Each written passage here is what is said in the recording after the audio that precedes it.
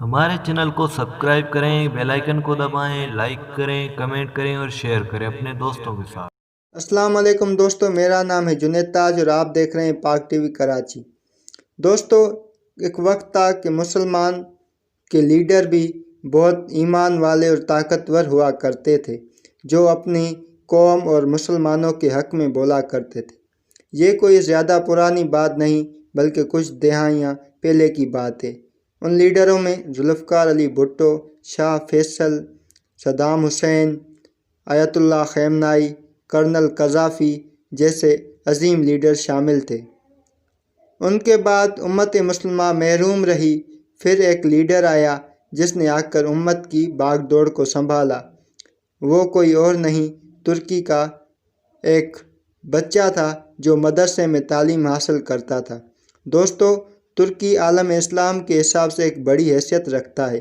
دنیا میں سب سے بڑی تاریخ ترکی کی ہے اور اس ترکش قوم کو دنیا کی بہادر قوم بھی مانا جاتا ہے، اور وہاں پہ ہی دنیا کی 600 سال پرانی سلطنت قائم تھی۔ جس لیڈر کے بارے میں بات کرنے والے ہیں اس کو امت مسلمہ کا لیڈر بھی سمجھا جاتا ہے۔ دوستو، یہ کوئی اور نہیں، رجب طیب اردگان ہے، جسے ترکش لوگ ریسیپ طیب اردگان بھی کہتے ہیں۔ آپ 26 فروری 1954 کو استنبول کے قریب ایک چھوٹے سے شہر قاسم پاشا میں پیدا ہوئے۔ وہاں پہ ان کے ساتھ کرسچن آبادی رہا کرتی تھی۔ دوستو، ان کے ابا و اجداد جارجیا میں رہا کرتے تھے۔ وہ بھی اسلام سے کافی دور تھے، لیکن کہتے ہیں کہ جو جس چیز سے جتنا دور ہوتا ہے اس کی شدت اتنی زیادہ ہوتی ہے۔ دوستو، رجب طیب اردگان نے اپنی شروعاتی تعلیم مدرسے سے اسٹارٹ کی، اور مدرسے کے بعد وہ نیمبو پانی کا ٹھیلا لگایا کرتے تھے اور اس سے اپنا گزر سفر کیا کرتے تھے۔ جب وہ مدرسے کے لیے کتاب پکڑ کے جایا کرتے تھے تو وہاں جو لوگ تھے وہ ان سے کہتے تھے کہ بیٹا کسی اچھے سے اسکول میں ایڈمیشن لے لو تاکہ آگے جا کے تجھے کوئی کام بھی مل سکے۔ بڑے ہو کر کیا تمہیں صرف مردے ہی نہلانے ہیں؟ تو رجب طیب اردگان کا یہ خیال ہوتا تھا کہ عزت اور ذلت اللہ کے ہاتھ میں ہے، کوئی یا کسی کے کہنے سے میری عزت کم نہیں ہوتی۔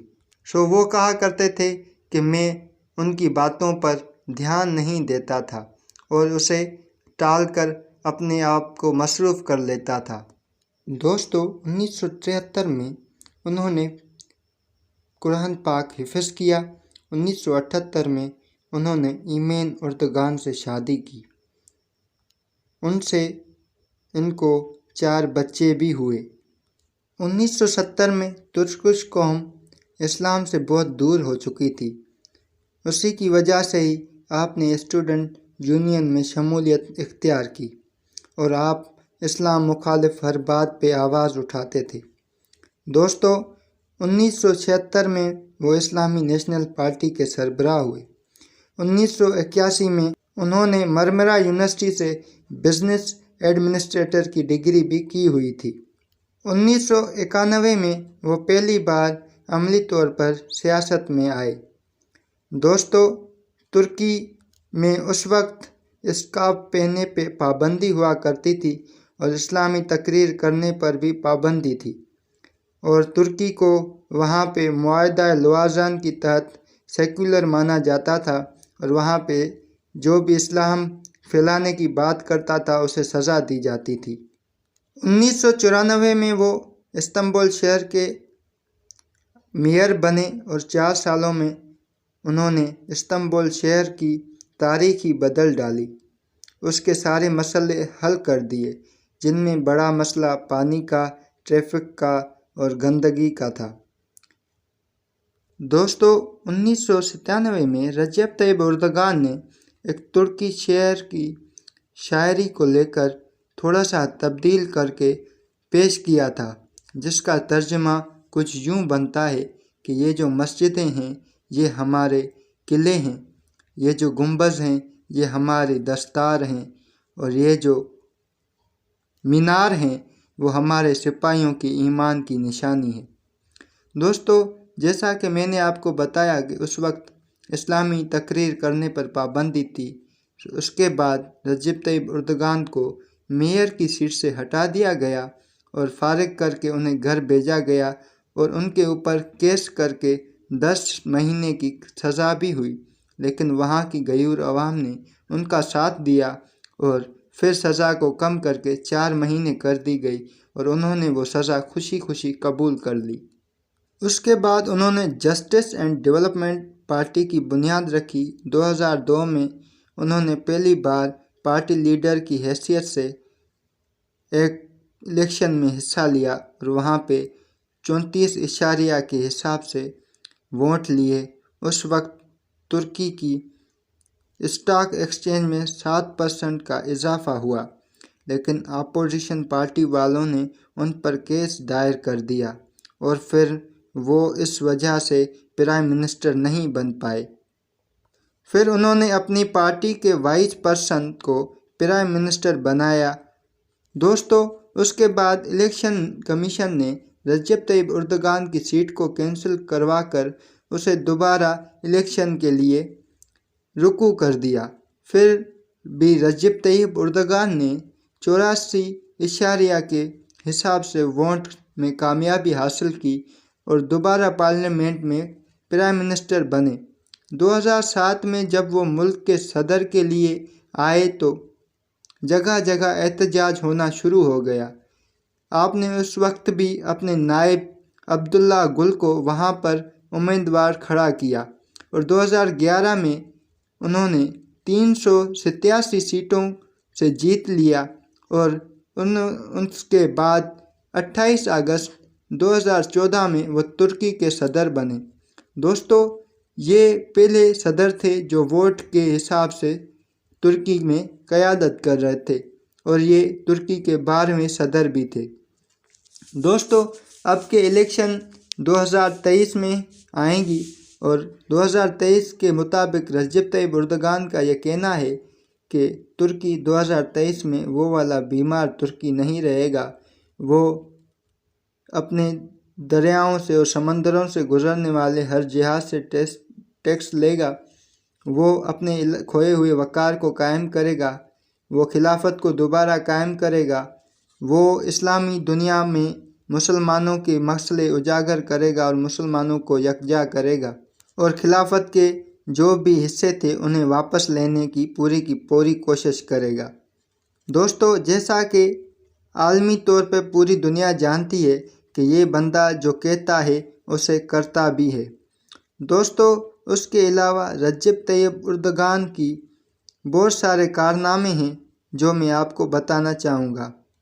دوستو جب پورے عالم اسلام میں مسلمانوں کی بات کرنے کے لیے کوئی تیار نہیں ہوتا تھا، یہ واحد بندہ تھا جو مسلمانوں کے حق میں بات کیا کرتا تھا۔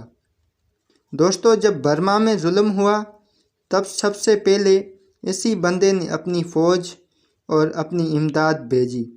اس کے بعد 2015 میں جب آرمی نے وہاں پہ کنٹرول سنبھال لیا تھا تو آپ نے ایک ٹی وی چینل پہ ایک میسیج چھوڑا اور دیکھتے ہی دیکھتے پوری ترکش قوم روڈوں پہ آ گئی۔ ایک طرف دنیا کی ٹرینڈ فوج تھی، دوسری طرف ترکی کی معصوم عوام تھی، جو عوام ٹینکوں کے آگے لیٹ گئی اور مجبوراً امریکہ پسند آرمی کو بھی منہ کی کھانی پڑی۔ اس کے بعد ان آرمیوں کے صدروں کو، جنرلوں کو اور باقی جو بڑے عہدیدار تھے انہیں کو سزائے موت دی گئی اور اس میں سب سے زیادہ کردار ادا کرنے والا ایک CIA کا ایجنٹ تھا۔ دوستو یوں وہاں پہ جمہوریت قائم ہوئی۔ اس کے بعد جب سیریا کا مسئلہ آیا سب سے پہلے رجب طیب اردگان نے وہاں اپنی فوج بھیجی اور وہاں پہ اپنی امداد بھیجی۔ دوستو مسلمانوں کو یکجا کرنے میں بڑا ہاتھ ان کا ہی ہے اور یہ ہر مسلمان ملک کی حمایت کرتے ہیں، جس میں کشمیر ہو، فلسطین ہو یا کوئی اور ملک ہو۔ دوستو رجب طیب اردگان صرف اپنے بارے میں نہیں بلکہ پوری امت کے بارے میں سوچتے ہیں اور وہ اللہ تعالیٰ سے یہی دعا کرتے ہیں کہ میرے مالک مسلم امہ کو اتنی عزت دے کہ جیسے وہ پرانے زمانے میں ہوا کرتی تھی۔ دوستو اس کے بعد جب رجب طیب اردگان نے یہ بیان سنا کہ اسرائیل یروشلم کو اپنا کیپٹل شہر بنانا چاہتا ہے تو سب سے پہلے انہوں نے ہی کہا کہ یروشلم مسلمانوں کا کعبہ ہے، مسلمانوں کا اسلام آباد ہے اور جکارتا ہے۔ دوستو جکارتا جو ہے وہ ترکی کا کیپٹل سٹی ہے۔ انہوں نے سب سے بڑا کارنامہ یہ کیا کہ 84 سالوں سے ایک چرچ کو مسجد میں بدلا، جسے آیا صوفیہ کہا کرتے ہیں۔ دوستو اصل میں آیا صوفیہ ایک مسجد تھی، پھر اسے چرچ میں بدلا گیا تھا، اس کے بعد انہوں نے ہی پھر اسے مسجد کا درجہ دیا۔ جب فرانس نے گستاخانہ خاکے شائع کرنے کو کہا، سب سے پہلے جس بندے نے آواز اٹھائی وہ رجب طیب اردگان تھا۔ انہوں نے ہی UN میں اسلام، فلسطین، کشمیر کی آواز کو بلند کیا۔ دوستو ان کے کارنامے دنیا ہمیشہ یاد کرے گی، اور مسلمانوں کے سب سے بڑے لیڈر بھی انہی کو مانا جاتا ہے، اور مسلمانوں کے 500 لیڈروں میں سب سے پہلا نمبر بھی انہی کا آتا ہے۔ ان کا کہنا ہے کہ 2023 میں خلافت کے جو بانی یعنی کہ اس کی اولادیں ہیں وہ واپس سے یہاں پہ آ سکیں گی اور یہاں پہ اپنی خلافت قائم کریں گی۔ دوستو حال ہی میں جب ترکی نے رشیا سے ڈیفنس سسٹم خریدا تو امریکہ نے اس کی مخالفت کی اور اس پہ پابندیاں لگائیں، لیکن انہوں نے اس کی پابندیوں کو مسترد کر دیا اور اپنے آپ اپنی ضد پہ قائم رہے، اور یوں انہوں نے امریکہ کی بات بھی نہیں مانی۔ یہ اتنے دلیر لیڈر ہیں اور بہادر ہیں کہ ان کو کوئی سامنے سے کچھ نہیں کر سکتا۔ ان کی فارن پالیسی اتنی کامیاب ہے کہ کوئی ملک ترکی سے جنگ کی حالت میں نہیں رہنا چاہتا، دوستو چاہے وہ یونان ہو یا کوئی اور ان کا کہنا ہے کہ 2023 میں ہم اپنے قبرص والے علاقے بھی واپس لیں گے، اور جو ہماری آباء و اجداد کی محنت کی جو خلافت قائم کی گئی تھی ہم اسے اسلامی قانون کے مطابق قائم ضرور کریں گے۔ اور ان کا ایک خواب یہ بھی ہے کہ ہم آنے والے وقت میں حرم پاک کی مہمان نوازی کریں اور میزبانی کریں، یہ بھی ان کا ایک بڑا خواب ہے۔ دوستو اگر آج کی آپ کو یہ ویڈیو پسند آئی ہو تو اپنے دوستوں کے ساتھ شیئر ضرور کریں، اور ہمارے چینل پہ ایسی ہی ویڈیوز بنتی رہتی ہیں تو اس کو سبسکرائب ضرور کریں۔ آپ کا بہت بہت